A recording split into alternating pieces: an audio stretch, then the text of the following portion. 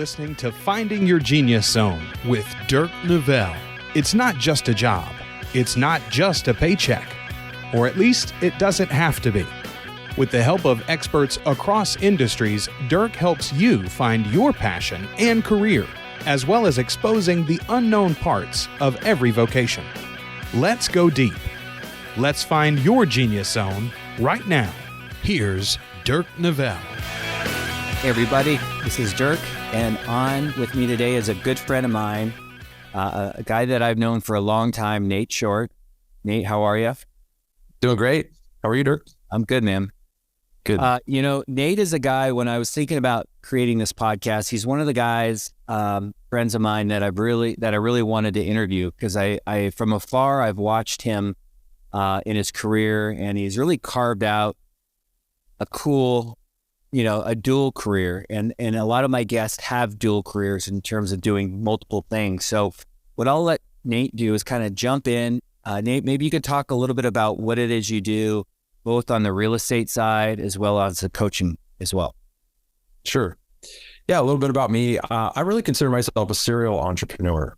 I started out working for larger companies and then decided, well, that really wasn't my cup of tea. And being a serial entrepreneur, started my own, one of the first online dental marketplaces for dental products. And then when I sold that in about year 2000, I was thinking, what am I going to get into? And that's when I got into real estate and started doing brokerage, started in commercial real estate, and then 9/11 happened, and we had all these, office buildings that stalled out and holes in the ground, and it was really difficult. And then my wife said, "Hey, by the way, we're having our first baby in 2002."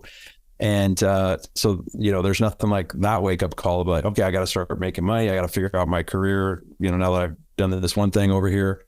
And then that led me to getting into, more into the residential side. And so that was really interesting to go into the residential side. And then in 2008, of course, the whole Great Recession hit. And so it was just a series kind of these cycles. And I really decided that, hey, you want to have multiple things. My grandpa always told me, have that job that's, you've been waiting for in your back pocket. So be able to have multiple different skill sets. And I think in today's world, when you look at all of the change that's happening, you really want to be, resilient, and you want to be able to adapt to kind of new environments. And that really is a real mindset, right? Yep. So, I think it's really imperative that for people out there that are listening to this, just to have a mindset of resilience and adaptability, and then being able to kind of, adapt to that. So I love it. I got to know you. I didn't know you back in college, even though we went to the same university. But, I know it's funny, when we get together, we both seem to have a lot of contacts. And, although you're in real estate and I'm in financing, a coach of mine always says those who have the most friends wins, in terms of just having connections. So when you got into real estate, what was your thought? Were you thinking, hey, I know a lot of people, I grew up in this area, I can leverage those relationships? Did you have a fascination with real estate? What was it that kind of led you in that direction? I knew I wanted to have flexibility in my job. I knew I wanted to have unlimited income.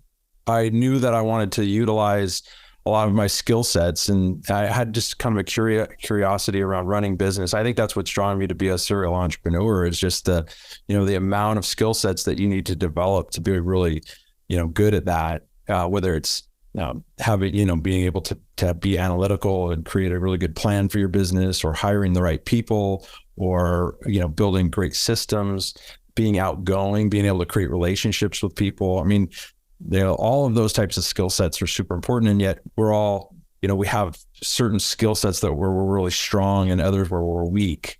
And so how do we build that in to so I think that's what drew me to real estate in general, and just being an entrepreneur in general. So yeah, I mean, it's funny. I just thought of, you were a quarterback. I think you won the state championship, right? Back in the day at Juanita.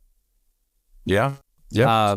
And I was thinking about, okay, a quarterback with a lot of skill sets, but you do have a wide range of skill. I've been able to witness that over the years. And, you touched on a couple things that usually I get into later on the podcast, but I'll just bring them up now. It seems like you were fairly aware at an early age what kind of things you wanted within your job, which is really the battle I deal with, or I'm trying to fix, is I'm trying to get younger people or people in midst of transition to kind of become aware of what they're naturally gifted to do and what kind of environments they like. You talked about compensation, you talked about freedom.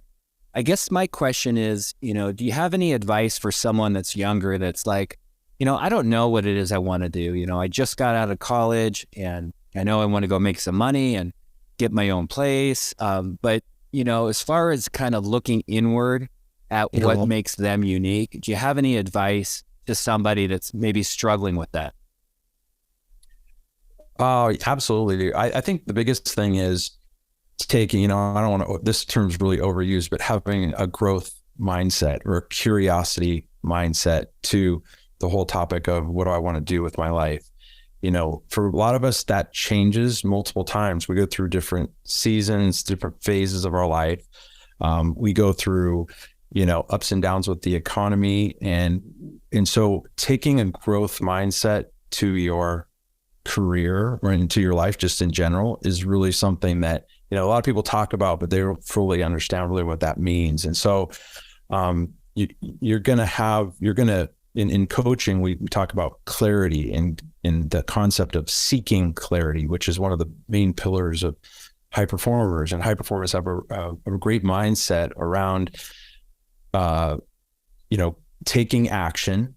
So, for example, ask for advice. Well, the advice is you have to take action. You got to try something. You think you want to be in psychology, or you think you want to be a real estate agent, you think you want to be a mortgage, taking action, finding out as much as you can about it, maybe taking a job, start doing it, and then evaluating, is this something that I really like and enjoy? And if not, how do you make adjustments, or how do you learn from those experiences and then take that into the next thing? And you may have, multiple things that you're interested in.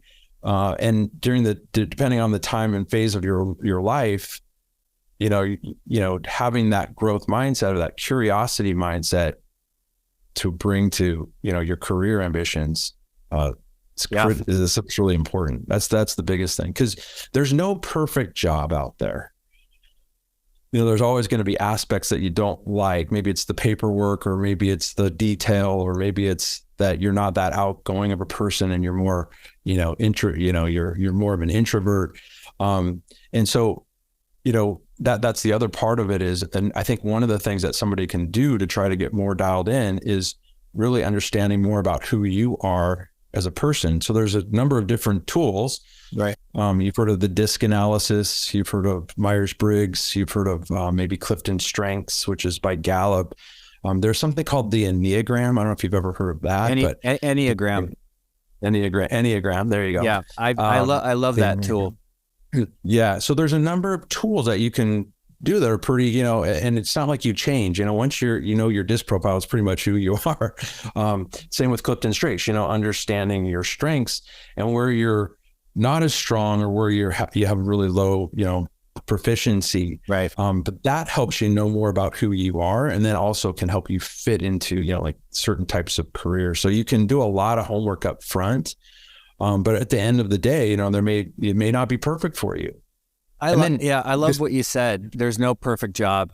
And I'm not at all trying to paint it like, hey, there's a job where, every day of the week, you got a smile on your face. But what I do like that you said, and I love how you talked about the Enneagram and the DISC.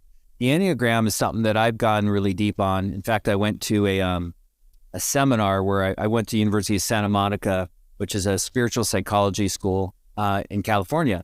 And I went to a week-long seminar on the Enneagram. And what I love that you brought that up, because that's an example of, trying to identify kind of what's natural and innate in yourself in terms of what you were born into this world to be and enjoy. And, within that test that you referenced, there's 9 personality types. And I will tell you, out of all the ones that I've done, I'm kind of addicted to these tests. I'm always trying to figure myself out. That is the best one in my opinion, but I love that you have done that. You also said something that I want to touch on before I forget is, not every job has, great components. There's things about a job you don't like. So you're a realtor. One of the things you are is a realtor. And the other night my wife and daughter were watching, I think it was like OC Realtor, like it's almost like a soap opera and all the drama. But what is it about people think they know what a realtor is like, but I want to kind of touch on the behind the scenes of being a realtor, the things that maybe a 23, 24-year-old person doesn't know about the job yet, the good and the bad.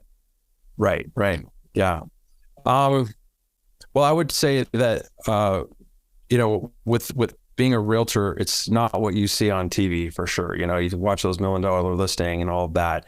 Those are very unique people, situations. They have unique relationships. It's so you can't really look at that and say, oh, well, I want to do that. How easy is it to sell, a $3 million home and make $100,000 or $90,000, and isn't that, that just doesn't look that hard. I think I could learn how to negotiate and do all of those different things. And so, in real estate, while it has unlimited potential, it also has a lot of demanding challenges, just how to run a business, for example, understanding having business planning, understanding the people component. How do you build a team around you so you don't have to work, 90, 80 hours a week? How do you put the right systems and processes in place? How do you, connect that with your purpose? I mean, one of the things in all the career searching is that we didn't really talk about is, people say, well, I want a job that makes me happy. Well, the research tells us that what really people really want is they want a job that is meaningful to them. And there's a difference. There's a distinction between meaningful and happiness, because, I can be happy playing golf, but I don't necessarily find it meaningful. Like, it's fun to go out and play it once in a while, but, it's not something that I would want to necessarily do unless I could associate it with, some kind of impact that I could make. If I could make millions of dollars on the tour and become somebody that is influential within the community and being able to give back, now I'm starting to make connection to meaning there. And so, yeah, I get it. Real quick, I want to jump in real quick, because what you're talking about, I want to ask you, did you have that clarity right away, or did it take 10, 12 years being a realtor to understand that it wasn't about the money, but it was more about the meaning? Like, how quickly did that awareness hit you? Well, I would say it took me a while. When there was times when I was working so much and I was having good success on the financial side, but I felt like I was on a treadmill that I couldn't get off of. And I was like, there's no amount of money really that's like when the deals started feeling numb to me, like as far as the income, get a $30,000 check and it didn't, it didn't light me up. It didn't excite me, which sounds kind of weird, but it does happen. And so even with people who have a lot of money, and, that's the trick, is trying to find what's meaningful to them and what can they really connect and, get passionate about. So yeah, I think it took me a while, certainly, because I think when you're in your 20s and 30s, it's about, okay, I just need enough to buy a house and buy a car and, start a family. And so, and then at some point you start thinking, is this really how I want to be spent? On the other side of that is one of the things I notice about coaching super high performers, particularly people who are like a high D in the DISC profile, for example, or they classify themselves as, say, like an A-type personality. Some of the highest performers just really enjoy setting really high goals and achieving them, and they are all about the money.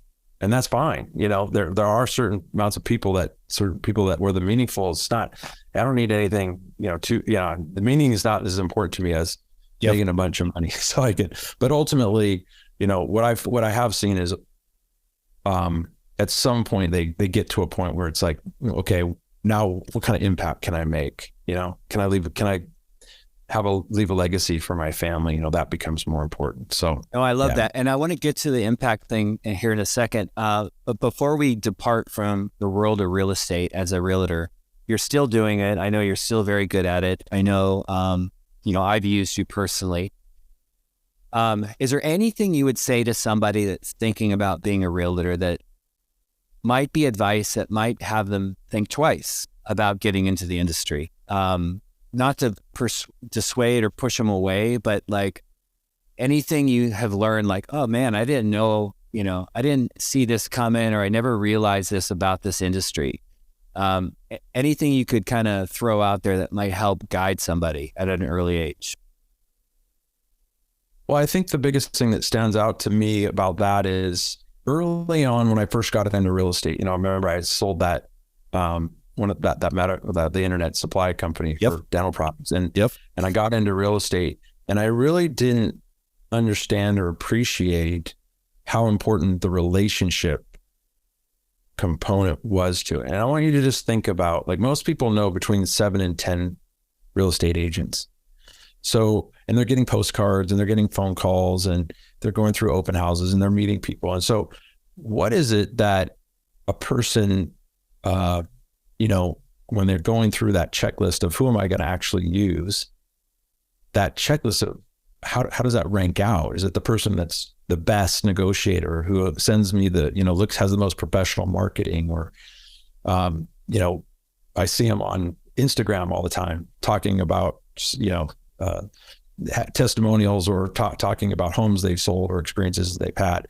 And I think to that whole thing with Simon Sinek is people don't buy what you do, they buy why you do it, and this relationship component. And so there's a lot of examples and people that I coach, who are new to the industry, and yet they're able to be super successful because people trust them and they have a really broad network. And so, but when people think about getting the real estate license, they don't think about that that's a really critical piece to getting up and going and being successful in the real estate industry. In fact, I think it's true in most industries. And so it doesn't mean you can't be successful if you don't have a lot of connections within a community, but the road is a lot harder and a lot longer. And so, you can have, 2 years in the business and be making $1 million a year if you have the right connections and the right relationships and people trust you. Yeah, I agree. I'm just thinking about some of our mutual friends, people I know in insurance, commercial real estate, whatever. And it's the connected people. And, again, I think everybody buys for different reasons. Like I want somebody to be honest. I want someone to work hard. I want someone, if they don't know, I want them to say, I don't know. And so I don't need them to be flashy and the best speaker and but I think it's interesting is when you're thinking about a career in real estate or say mortgages, it is about relationships.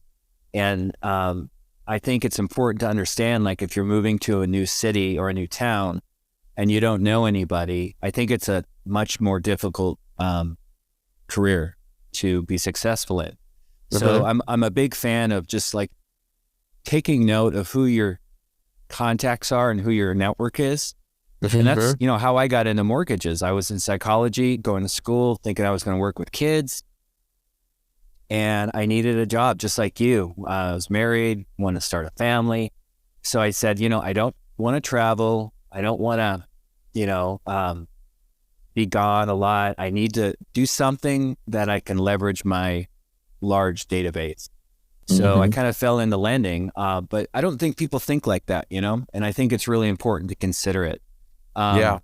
As switching gears, we're going back to the whole meaning thing. I like that a lot. So, what people don't know about you is you're a realtor, and then you started creating a coaching company around helping realtors run their business like a business. Because I think what you pointed out very clearly was a lot of realtors are probably very good at selling homes, but there's a lot of stuff that goes with being a realtor in terms of managing your time, your P&L. I mean, just a lot of things. So you kind of found a need, and then all of a sudden you had this coaching company. Talk a little bit about kind of the aha moment of when that actually came about. And is it safe to assume that's kind of like the meeting that you discuss? Is that where that kicked in? A lot of that. But again, I go back to what you asked me in the beginning was, the kind of this mindset around resilience and the curiosity mindset, learner mindset, growth mindset, that I knew that I really liked to coach people, but and initially I got into management and I got into teaching, and so it was a process of kind of self-discovery, but also learning of what I didn't like and what I did like to do, and that whole seeking clarity pillar is the whole thing. It's like people talk about the journey and not the end, and it's not about the destination. It's about the journey, and that's what they mean by that. And so for me, I started out coming out of the Great Recession, and everything that I had learned, and the big gap that I felt people had was, how do they run their businesses better? Do they have home budgets, and do they have do they understand how much money they're spending, and do they have the right systems set up, and are they doing do they have the discipline to make the phone calls and put the marketing plan together and all of that stuff? And yet I would go out and teach these classes, and a lot of people would say, yeah, Nate, this is amazing information. But then, when I would check back with them, they wouldn't actually be implementing. And that really got me fascinated about, why is that? It's like, why do people know what to do, but they don't do it, or they don't follow through with it? And that's when I got into kind of like the life coaching component and the connection between what we would say is personal development versus professional development, and really kind of understanding, some of those things that are holding you back, some of the things like you discover through, the Enneagram or those types of things. And so and Stephen Covey talks about it in his book, 7 Habits of Highly Effective People. And he talks about how you have to have these personal victories before you can have the public or the professional victories. And like, what does he mean by that? And what he means by that is, things like taking a growth mindset to your career, how you're going to go about deciding on what career you're going to go after. That is something that really, for most of us, unless you're super lucky and you want to be a doctor from the age of 5 years old, like my father-in-law, is a process, and it may take you years to get there. And so for some people, they never get there. They work jobs they hate their whole life, and then they retire, and they never felt really that fulfilled. And they were like, well, why was that? Yep. So I think it's just understanding that, hey, you're put here for a reason, and you've been given some gifts. How do you become the best version of yourself? I love it. I love it. And that's really how that unfolded for me. It's still unfolding for me, and I'm 55 years old. I feel good about what I've learned to coaching. I've had good success in coaching, but I know that it wasn't where I'm at today is not where I was a year ago or 3 years ago or 5 years ago. But if I never would have taken the steps forward, I never would have got to where I am now. And I know probably in another 2 or 3 years, 5 years, things are going to be much different than maybe I envision right now. So yeah.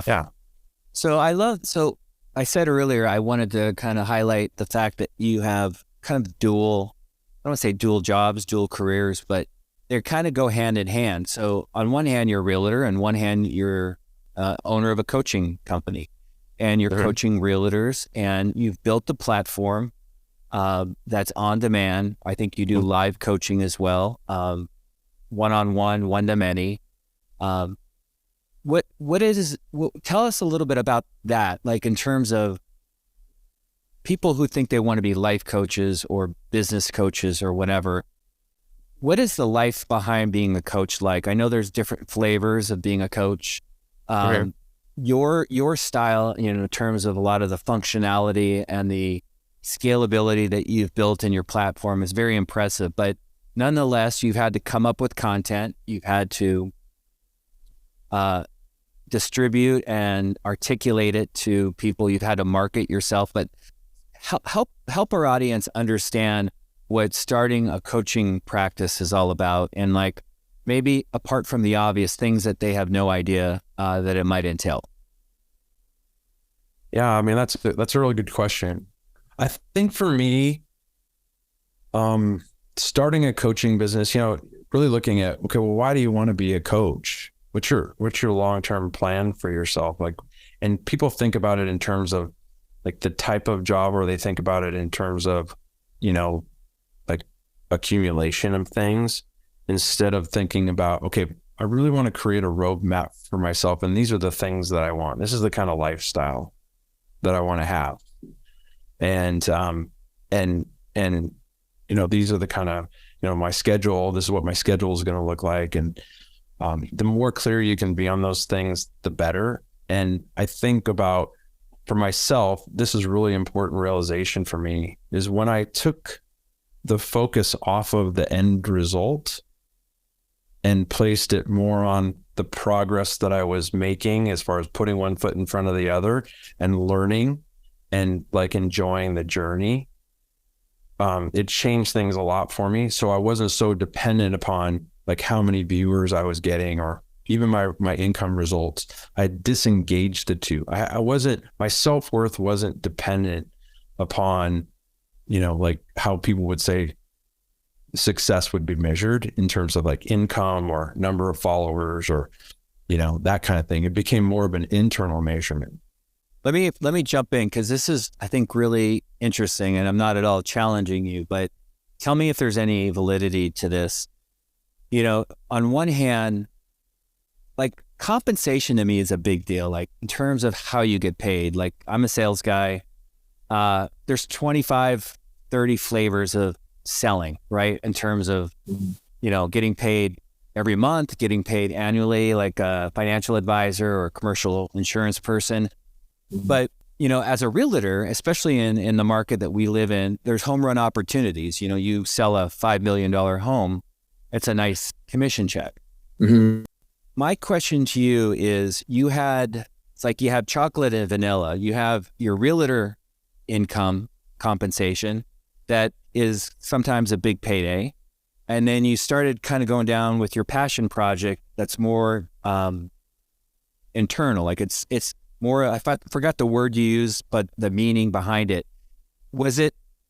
I'm thinking about somebody going down that road that doesn't have the comfort and security of a big commission check. And I think it's really smart what you did. I guess my question is, if you didn't have the realtor income, would you have been so calm and patient going down the coaching route, not making the money you do as a realtor? Mm-hmm. Well, I think this is a really big deal and question for people. And I think what it came down for me is realizing that I was actually operating from a position of fear, if that makes sense, of what if I don't make the money? And then what does that mean for me? What does that mean for my family? And that can be very real. But when you through personal development and through working on kind of your mindset piece, you start to realize that. And when you disengage and you can like recognize that fear over here and make it something so that it's not something that you focus on, which continues to take you in the wrong direction, as more as like embracing the fear and using it to fuel you to get you to go in a place of, the direction that you want to go. Right. When you think about, I just want to think about this too. When you think of, say, Elon Musk, like what do you think of when you think of Elon Musk? I mean, are you asking me? Yeah. Just like as a person, it's because he's involved in a lot of different things. So how do you view him? I think he's brilliant, and I think he's super brave. I think his brain must be on fire. I don't know if I'd want to be inside his head. But I'm amazed that he can get as much done as he does. It blows my mind. And so it's interesting, isn't it? Because you look at him and he's not just the founder of Tesla. He's not just the founder of SpaceX. He's not just the guy that shows up on, Saturday Night Live. I mean, he's a person, whether you like him or you don't like him, you don't necessarily pigeonhole him into, well, he must be a specialist in cars or a specialist in, rockets.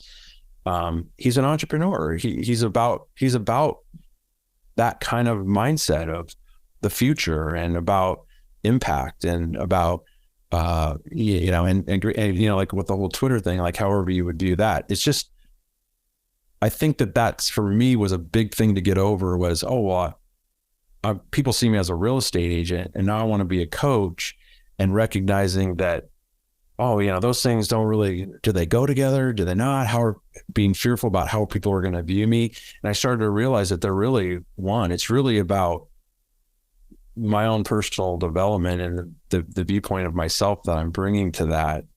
And I started to realize that the two are complementary. People are ultimately buying, why you do things, not what you do, the kind of person you are versus, how good you are at your job or how smart you are. That's a really big thing. I love it, Nate. I think it's a perfect marriage. It's not like you're selling real estate and Slurpees and paper clips. Like, you're selling your experience and knowledge, your wisdom to realtors that want to be better at what they do. And you have years and years of experience doing that. And I think, if going back a little bit, why I brought it up is I think for young people, there's nothing wrong with thinking about, like, I'm in the mortgage financing world, so I help people borrow money for any kind of real estate need they have. But one of the things I really love about my job is the freedom that I have and the flexibility. And it allows me to do things like this, allows me to write a book. It allows me to coach my kids in sports, and I have a farm. And I think it's really important to think like that. Going back to kind of the why behind this podcast is to carve out, and I think you've done that as well as anyone I have known. Like, I see what you're doing on both sides of the fence, and I think it's great for people to hear you, see you, learn from you, and understand that you don't have to be a one-trick pony, right? And you're a realtor, but it's also created a new venture for you that really they go hand in hand. And I just love that story.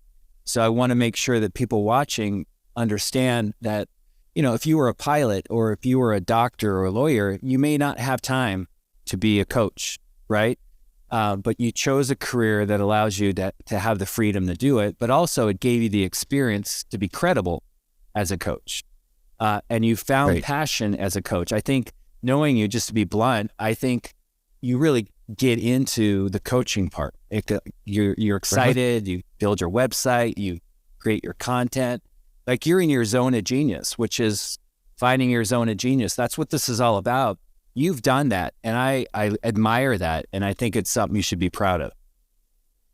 Well, I appreciate it, Dirk. I mean, it's something that I think, when people can find that zone of genius where they find meaning in what they do, that's the biggest thing. And I think it's, the world is your oyster, and you can do anything you want to do. And, it's a choice to make those decisions and face those, challenges that you have with the growth mindset, curiosity mindset. So, yeah. So it's good. So I try to make these natural and free flowing, but I also want to be consistent with my guest on touching on some of the same stuff. One of it is, I would be curious how you would define success. Authentic success is a term that I love. And then I would also kind of maybe like to wrap it up with, again, any advice, not to be repetitive, but any advice you would give to somebody that's struggling and that, like, I don't know, I have no idea what I want to do. And that can be really frustrating. And then I guess a third one is, if you could go back in time, a young Nate coming out of Lambda Chi, University of Washington, what would you do? Would you do anything different?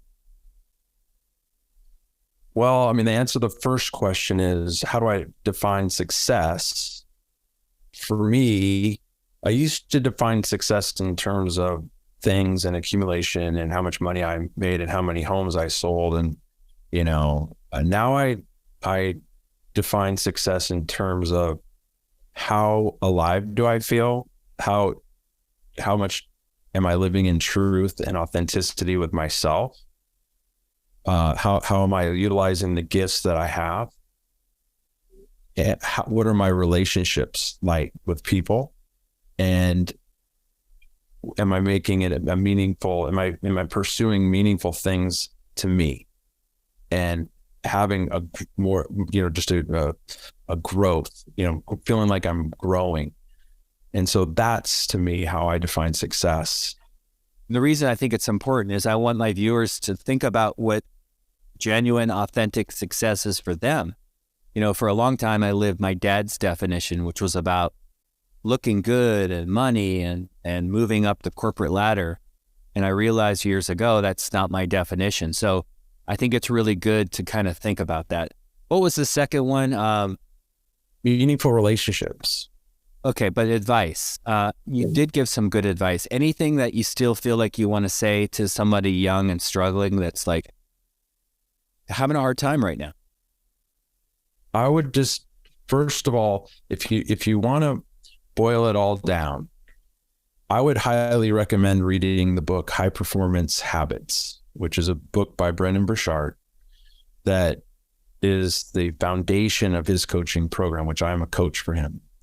And it really is this concept of seeking clarity and understanding, hey, I may not know exactly what I want to do, but I'm going to take some action. I'm going to do some research. I'm going to put one foot in front of the other. I'm going to talk to a lot of people. I'm going to get information, and I'm not going to worry about what happens 3 or 4 or 5 years down the road. I'm going to think, okay, well, I'm going to take that information and start to seek clarity to get more clear on what makes what makes you tick and what makes you happy and what you find meaningful. I'd take care of your energy, just really understanding your body, your nutrition, your sleep, how doing the things that you should be doing for yourself, and not trying to undermine yourself through drugs or alcohol or mental abuse. That's another, we tend to beat ourselves up. So seek help in those areas for to gain the best levels of energy. Try to connect with this necessity pillar of what's meaningful to you. Work on self-discipline. This is something that I think people do not do very well these days. We're such an instant gratification society, but it's in the self-discipline that actually gives us the freedom to live our best life. So that's a major thing that holds us back. And then the last pillar is, the fifth pillar is really, how do we be better with the people around us? How do we ask better questions? How do we acknowledge people? How do we, embrace people around us? That's super important. And then also the last piece is, how do we challenge ourselves? How do we step outside of our comfort zone so that we grow? And those are the main pillars of, call it life coaching, personal development, that as you understand those and work on those, it can give you the foundation to, get past wherever you're at. So if you're in a difficult spot, work on yourself first. Yeah. And that'll really help. Yeah. I love it. And I think, again, that the trick for me in this podcast is, like, all those things you said, my guess is you weren't thinking like that at 24 or 23. You just wasn't in your DNA. And, Nope. A lot of times you have to get out there and take action, like you said, to actually know what you want to do. And you can't change that. But I do think that there are some things you can do as a teenager in high school or a young adult in your 20s to really kind of pay attention to the obvious. Like, you have a Saturday to do nothing. And what do you do, for 7 hours? It feels like 30 minutes, I mean, whether it's out gardening or farming or whatever. And sometimes the answer is obvious. The last question was, I won't say your age because you and I are about the same, I think. If, knowing what you know now, if you were to go back, would you do anything different?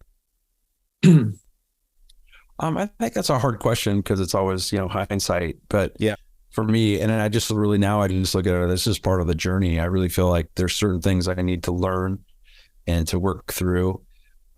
and this has been part of my journey. So the only thing I would say is, and I've always been into the personal development side, right? But if you find yourself directionless, if you find yourself kind of down or your mind's spiraling in a negative direction, really trying to work on yourself, really do that. And, read self-help books, and there's tons of great information out there on the internet now, and seek, information from lots of different people.